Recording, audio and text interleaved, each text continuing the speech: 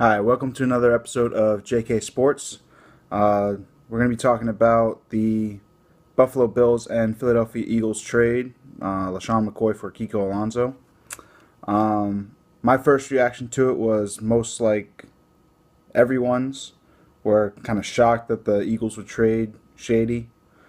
But upon further review, I actually really like this trade for the Eagles.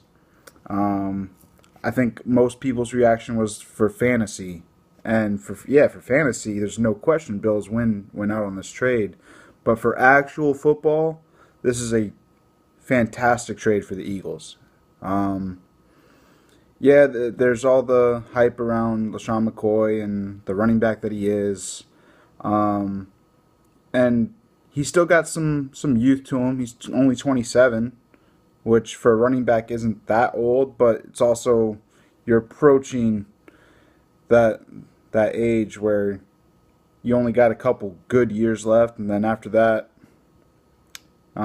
you're a serviceable guy, but not a star in the league.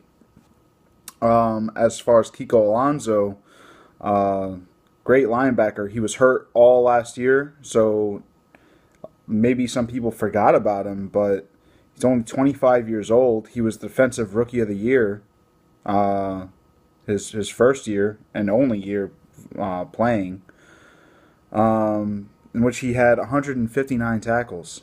I'm sorry, but if I have the opportunity to get a guy who's that young, 25 years old, and in his only year in the league had over 150 tackles, I want that guy. That's a guy who can really be a leader of my defense for years to come. Like I said, especially him being 25 years old, then you got a solid 8 years of him being a star. As far as Shady, maybe 2 or 3 more. Um, but yeah, looking at the two offensive lines, also, uh, LeSean McCoy might have been more of a product of his offensive line. Obviously, he did a lot of things himself. He's great at making people miss. But if you look at the offensive line for the Eagles, Jason Peters on the left side, Lane Johnson on the right, and Kelsey in the middle. The two guards, Evan Mathis is actually pretty good, but Matt Tobin, he's kind of one of those guys that they had no choice but to throw in there with the Eagles. But yeah, that's a pretty good offensive line right there. Then you look at the Bills' offensive line, and they got some good players too on their line, but it's really filled with a lot of youth, which can be good and bad. There's a lot of room to grow there, but they're not really in their own as far as the NFL.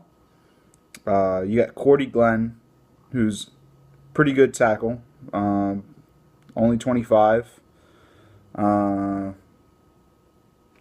Cyril Richardson, who I actually really liked coming out of Baylor at left guard, but only 24 years old. Not a lot of experience there.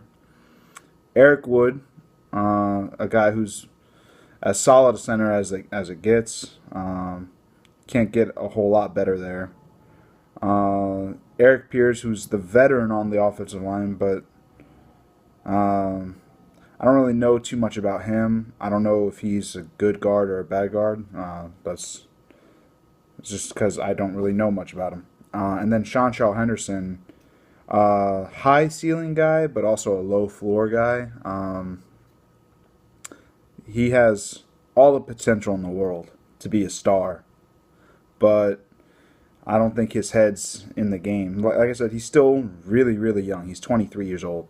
So we'll see about that.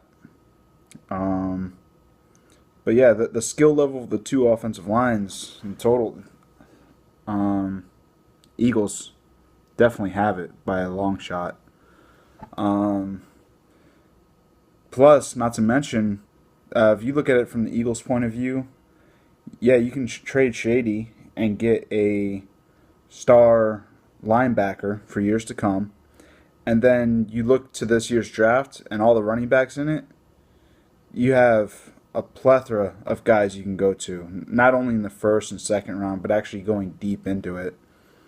There's a very deep running back class coming out. Obviously, there's the two stars at the top of the list, who maybe the Eagles might be thinking about, in Melvin Gordon and Todd Gurley. I only put Gordon ahead of Gurley because of the whole injury factor. If Gurley isn't injured, he's easily the best running back in the class.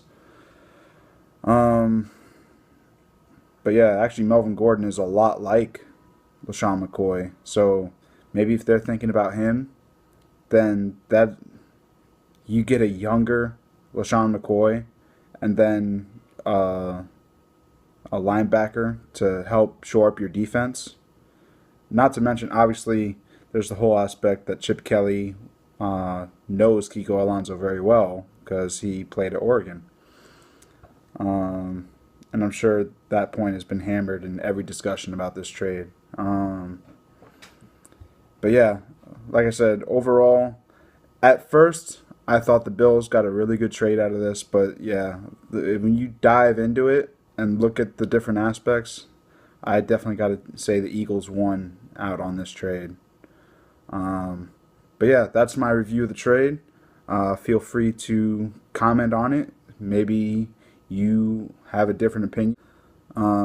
Yeah, comment, subscribe, like, and keep tuning in. We'll have more videos out there for you.